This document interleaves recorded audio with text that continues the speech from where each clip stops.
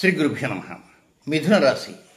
ఈ మిథున రాశి వారికి 9వ స్థానంలో అంటే 9వ స్థానంలో దాన్ని అదృష్ట స్థానం అంటారు, దాన్నే భాగ్యస్థానం అంటారు, దాన్నే పితృస్థానము అంటారు, దాన్నే తండ్రి స్థానం అంటారు. ఆ స్థానంలో ఈ 2024 మార్చి 15వ తేదీ సాయంత్రం 6:08 నుంచి ఆ కుజశనుల యొక్క కలయికకు సమయం ప్రారంభమైంది. ఇది 38 రోజుల 14 గంటల 30 నిమిషాల పాటు ఈ కలయిక కొనసాగుతూ ఉంటుంది. కొనసాగి 2024 ఏప్రిల్ 23 ఉదయం 8:28 ఈ కలయిక పూర్తయిపోతుంది. అంటే ఆ 9వ స్థానం నుంచి అదృష్ట స్థానం నుంచి కుజుడు బయటకు వెళ్ళిపోతాడు. అంటే ఈ శని కుజుల యొక్క కలయిక ఈ రెండు కూడా పరస్పరం శత్రుత్వంతో ఉండేటువంటి పాపగ్రహాలు. ఈ రెండింటి కలయిక చాలా వరకు కొంత శక్తి సంపన్నమైనది. ఈ కలయికని గురించి, దీని విశేషాల గురించి, ఏం జరుగుతున్నది, ఏం జరగబోతున్నది అనేటువంటి ప్రత్యేక వీడియో ఇచ్చాను. ఆ వీడియో మీరు పరిపూర్ణంగా చూస్తే మీకు పూర్తిగా అర్థమైపోతుంది. అయితే ఇప్పుడు ఈ కలయిక జరుగుతున్నటువంటి 39 రోజులు అనుకుందాం. మార్చి 15వ తేదీ దగ్గర నుంచి ఏప్రిల్ 23వ తేదీ దాకా ఇది 9వ స్థానంలో జరుగుతుంది కనుక ఈ స్థానంలో కొంత ఆలోచనల్ని మీరు రేకెత్తించుకోవాలి. ఎందుకు రేకెత్తించుకోవాలి, ఏ విధంగా రేకెత్తించుకోవాలి అంటే, మీకు అది అదృష్ట స్థానం. ఈ అదృష్ట స్థానంలో రెండు శత్రుగ్రహాల యొక్క కలయిక ఒక వార్లాగా జరుగుతున్నప్పుడు మీ మనసులో కానీ, మీ ఆలోచనలో కానీ, మీ నిర్ణయాల్లో కానీ, మీ వ్యక్తిత్వంలో కానీ, మీ వ్యవహారాల్లో కానీ, మీ ఉద్యోగంలో కానీ కొంత సంఘర్షణ కూడా ప్రారంభమవుతుంటాయి. ఒక్కోసారి తండ్రితో కానీ, తండ్రి వారితో కానీ, లేక చిన్న అన్న, పెదనాన్న, మేనత్తలతో కానీ ఒక్కోసారి ఆ సంఘర్షణలు మొదలయ్యే అవకాశాలు ఉంటాయి. ముఖ్యంగా శని మహాదశ జరుగుతున్న వారు లేక కుజ మహాదశ జరుగుతున్నవారు, అది దశలు మహాదశలు కావచ్చు, అంతర్దశలు కావచ్చు, ఇలాంటి జరుగుతున్న వారు కూడా కొన్ని జాగ్రత్తలు పాటిస్తూ ఉండాలి. ఏమిటి ఆ జాగ్రత్తలు? వాస్తవంగా ముఖ్య జాగ్రత్తలు, ముఖ్య సమయాలు అనేటువంటివి రాశి ఫలితాల్లో నేను చెబుతాను. అంటే ఇప్పటి నుంచి మీ జాగ్రత్త ఎప్పటిదాకా తీసుకోవాలంటే జూన్ నెల 30వ తేదీ వరకు తీసుకోవాలి. ఇది జరిగేది ఇదే, ఈ కొద్ది సమయమే. కానీ ఇక్కడ గమనించవలసిన మరొకటి ఏమిటంటే, ఏప్రిల్ 9వ తేదీన ఉగాది. ఏప్రిల్ 9వ తేదీన ఉగాది. ఏప్రిల్ 8వ తేదీన ఒక పెద్ద సంపూర్ణ సూర్యగ్రహణం మీకు 10వ స్థానంలో 10th హౌస్ అంటారు, అడ్మినిస్ట్రేషన్లో ఒక పెద్ద సూర్యగ్రహణం జరుగుతుంది. 4:32 పాటు కొనసాగుతుంది. అది భారతదేశంలో కనపడదు. అది కనపడకపోయినప్పటికీ దాని ప్రభావం మాత్రం ప్రపంచం అంతా ఉంటుంటుంది. అయితే 8 గ్రహణం పడుతుంటుంది, 9 ఉగాది. ఉగాదికి నవనాయక ఆధిపత్యాలు అంటారు. అంటే కొన్ని గ్రహాలకు కొన్ని ఆధిపత్యాలు వస్తాయి. అలాంటి ఆధిపత్యాలలో రాబోయేటువంటి క్రోధినామ సంవత్సరం ఉగాదికి రాజు ఎవరంటే కుజుడు. మంత్రి ఎవరు? శని. 9వ తేదీ ఈ రెండు గ్రహాలకి ప్రాతినిధ్యం వహించే విధంగా పదవులు వస్తుంటే, 10వ తేదీ రోజే ఈ 9వ స్థానంలో, మీకు 9వ స్థానంలో అదృష్ట స్థానంలో ఈ రెండు గ్రహాలు ఒక పర్టికులర్ డిగ్రీ దగ్గర కలిసిపోతున్నాయి. అంటే ఇప్పుడు కలవలేదా అనుకోదు. ఇప్పుడు ఏంటంటే ఆల్రెడీ కుంభరాశిలో ఉన్నటువంటి శని దగ్గరికి కుజుడు ప్రారంభం చేసి దాని రాశిలోకి వచ్చాడు, వెళ్తూ ఉన్నాడు. ముందు శని ఉంది, వెనక కుజుడు. అలాగా వస్తూ వస్తూ వస్తూ ఏప్రిల్ 10వ తేదీ ఆ రెండు గ్రహాలు జాయిన్ అయిపోతాయి. ఇది ముఖ్యంగా దాని ప్రభావం అంతా ప్రపంచవ్యాప్తంగా రాజకీయ నాయకుల మీద ప్రభావం ఉంటుంది. మీరేమైనా రాజకీయ రంగంలో ఉన్నారా? ఫస్ట్ ఆఫ్ ఆల్ అది గమనించుకోండి, టేక్ కేర్. రాజకీయ రంగంపై దాని ప్రభావం చాలా తీక్షణంగా చూపుతుంది.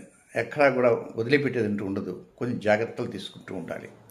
కనుక అలాంటి జాగ్రత్తలు తీసుకోండి. ఏం జాగ్రత్తలు తీసుకోవాలి అనుకుంటారు? ముఖ్యంగా ఈ 39లో జరిగేటువంటి దీని యొక్క ప్రభావము రాబోయేటువంటి క్రోధినామ సంవత్సరంలో 350 రోజుల పాటు ఉంటుంది. అంటే ఈ మార్చి 15వ తేదీ నుంచి నెక్స్ట్ ఇయర్ 2025వ సంవత్సరం మార్చి 29వ తేదీ అంటే పాల్గొన అమావాస్య, ఈ క్రోధినామ సంవత్సరం పాల్గొన అమావాస్య వెళ్ళేంత వరకు ఎందుకు అంత టైం అని మీరు అనుకోవచ్చు. అంత సమయమా, ఇది కేవలం 39 రోజులు కదా అని. కానీ 39 రోజుల పాటు కొనసాగిన ఈ 39 రోజుల్లో ప్రత్యేకంగా ఈ గ్రహస్థితి రావటము, ఆధిపత్యాలు శనికుజులకు రావటము, అందులో కుజులే రాజు కావటము, మంత్రి శని కావటము, ఈ రెండు గ్రహాలు పరస్పర శత్రువులతో పాపగ్రహాలుగా ఉండటము ఉన్న కారణంగా రాబోయే సంవత్సరం అంతా జాగ్రత్తలు తీసుకుంటుండాలి. అయితే అంత దూరం జాగ్రత్తలు తీసుకోకుండా ప్రధాన జాగ్రత్తలన్నీ కూడా జూన్ 30వ తేదీ వరకు తీసుకుంటే సరిపోతుంది. అందులో ముఖ్యంగా మీరు గమనించవలసింది ఏమిటంటే, ఇప్పటి నుంచి ఈ వీడియో చూసినప్పటి నుంచి జూన్ నెల 30వ తేదీ వరకు మంగళవారాలలో అసత్యాలు మాట్లాడవద్దు. అసత్యాలు చాలా దూరంగా ఉండాలి. సత్యానికే ప్రాధాన్యత ఇవ్వాలి. సత్యానికే ప్రాధాన్యత. ఇవి కాకుండా ఇప్పటి నుంచి 30వ తేదీ వరకు శనివారాలలో ప్రత్యేకంగా మంగళవారాలు అసత్యాలు వద్దు. శనివారాలలో మధ్యాహ్నం భోజనం చేసిన తర్వాత సూర్యుడు అస్తమించే లోపల అక్కడ కూడా అసత్యాలు వద్దు.